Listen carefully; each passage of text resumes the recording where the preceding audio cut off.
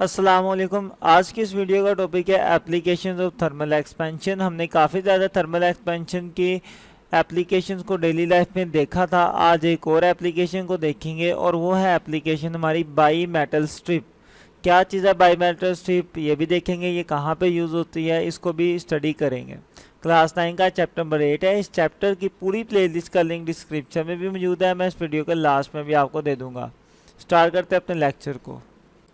तो by matter strip क्या होता है? बाई मैटर स्ट्रिप एक्चुअली में इसमें हम क्या करते हैं कि हम दो अलग अलग किस्म की मेटल्स लेते हैं और उनको आपस में जोड़ देते हैं। जैसा कि आपके सामने है, मेरे पास यहाँ पे दो मेटल्स हैं अलग अलग किस्म की।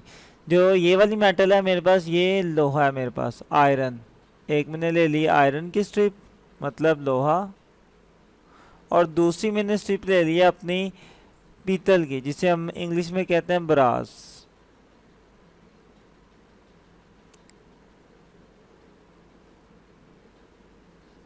ओके, तो एक मेरे पास पीतल की स्ट्रिप थी और एक आयरन की थी, इनको मैंने आपस में जोड़ दिया तो ये मेरे पास क्या बन गई? मेरी बाई मेटल स्ट्रिप बन गई। अब इसका क्या फ़ायदा होगा मुझे? देखिए, जो हमारे पास पीतल होता है ना, वो लोहे के मुकाबले में ज़्यादा फैलता है। जब इसको गर्म किया जाता है तो पीतल ज़्यादा फैलता है, लोहा इतना ज़्यादा नहीं फैलता। मैं इसको करता हूँ गर्म। मैंने अब इसे गर्म करना स्टार्ट किया तो ये क्या करेगी? फैलेगी। जो ब्रास है मेरा वो ज़्यादा फैलेगा, आयरन ज़्यादा नहीं फैलेगा। तो उसके नतीजे में क्या हो जाएगा? ये स्ट्रिप मेरी टेढ़ी हो जाएगी कुछ इस तरीके से। मैं इसको गर्म कर रहा था तो मेरी जो ब्रास वाली मेटल थी, ये वाली पीतल, ये ज़्यादा फैल गई, जिसकी वजह से ये स्ट्रिप क्या हो गई? टेढ़ी हो गई। क्लियर? अब इसको हम यूज़ भी करते हैं, बहुत सी जगहों पे यूज़ करते हैं। जैसा कि हम अपनी इसी स्ट्रिप को यूज़ करते हैं बाई मेटल थर्मामीटर के तौर पर। Bimetal thermometer are used to measure temperature, especially in furnace and ovens। के जो तंदूर होते हैं और जो ओवन होते हैं बड़े बड़े, उनके अंदर का टेम्परेचर मालूम करने के लिए भी इसको यूज़ किया जाता है।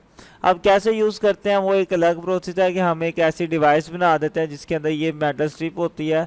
जब मेटल स्ट्रिप इतने टेम्परेचर में जाती है तो ये टेढ़ी हो जाती है, तो हम अंदाज़ा लगाते हैं कि ये कितनी टेढ़ी हो गई है। इतनी टेढ़ी होगी तो इतना टेम्परेचर होगा, थोड़ी कम टेढ़ी होगी तो इतना टेम्परेचर होगा। तो इसके अकॉर्डिंगली हमें पता चल जाता है कि उस चीज़ का टेम्परेचर कितना है। एक और जगह इसको यूज़ किया जाता है कि bimetal strip are also use in thermostat, कि थर्मोस्टेट में भी इसको यूज़ किया जाता है बाई मेटल स्ट्रिप्स को। और एक और इसका बहुत फेमस यूज़ है जो घरों में यूज़ किया जाता है अक्सर, कि bimetal thermostat switch use to control the temperature of heater coil in an electric iron. क्या आपकी जो इस्त्री होती है उसका टेम्परेचर कंट्रोल करने के लिए भी हम बाई मेटल स्ट्रिप को यूज़ करते हैं। अब कैसे करते हैं इसको ज़रा डायग्राम की मदद से समझें। ये देखें, ये एक स्ट्रक्चर सा बना हुआ है, तो ये मेरे पास मेरी बाई मेटल स्ट्रिप है। ठीक है, तो ये सारी की सारी हमारे पास क्या है? By metal strip. यहाँ पे लिख देते हैं, ये सारी हमारे पास है बाई मेटल स्ट्रिप।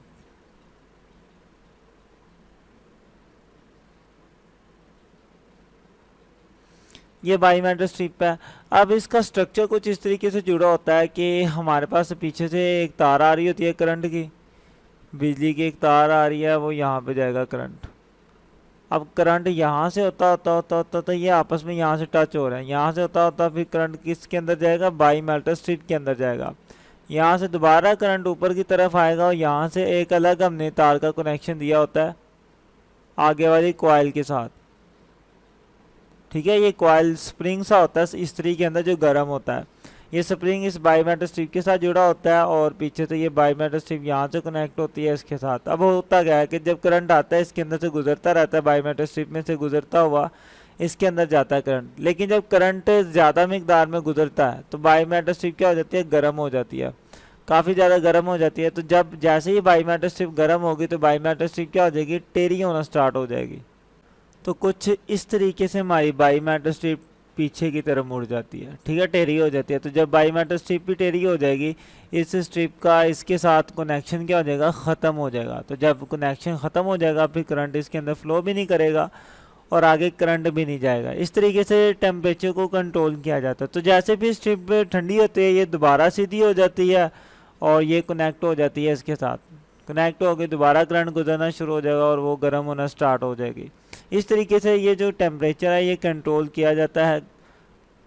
आयरन के अंदर आपने देखा भी होगा कि जब ये ज़्यादा गर्म हो जाती है तो टिक टिक की आवाज़ आती है, वो बेसिकली स्ट्रिप की होती है, वो स्ट्रिप टेढ़ी हो रही होती है।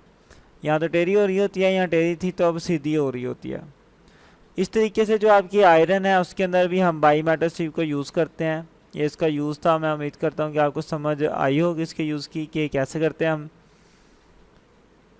और ये एक लॉन्ग क्वेश्चन भी बन सकता है, बाकी यहाँ से मोस्टली शॉर्ट ही आते हैं। तो टॉपिक होता है आपका कंप्लीट। और किसी टॉपिक पे वीडियो लेने के लिए टॉपिक का नाम और चैनल का नाम लिख के यूट्यूब पे सर्च करें। यहाँ क्लिक करके आप हासिल कर सकते हैं अपने इस चैप्टर की प्लेलिस्ट। यहाँ क्लिक करेंगे तो आपको पूरे न्यूमेरिकल की प्लेलिस्टें मिल जाएंगी। वीडियो अच्छी लगे तो इसको लाइक करें, कमेंट करें और दोस्तों के साथ शेयर भी करें। चैनल को सब्सक्राइब करके रखें। मिलते हैं नेक्स्ट वीडियो में, तब तक के लिए अल्लाह हाफिज़।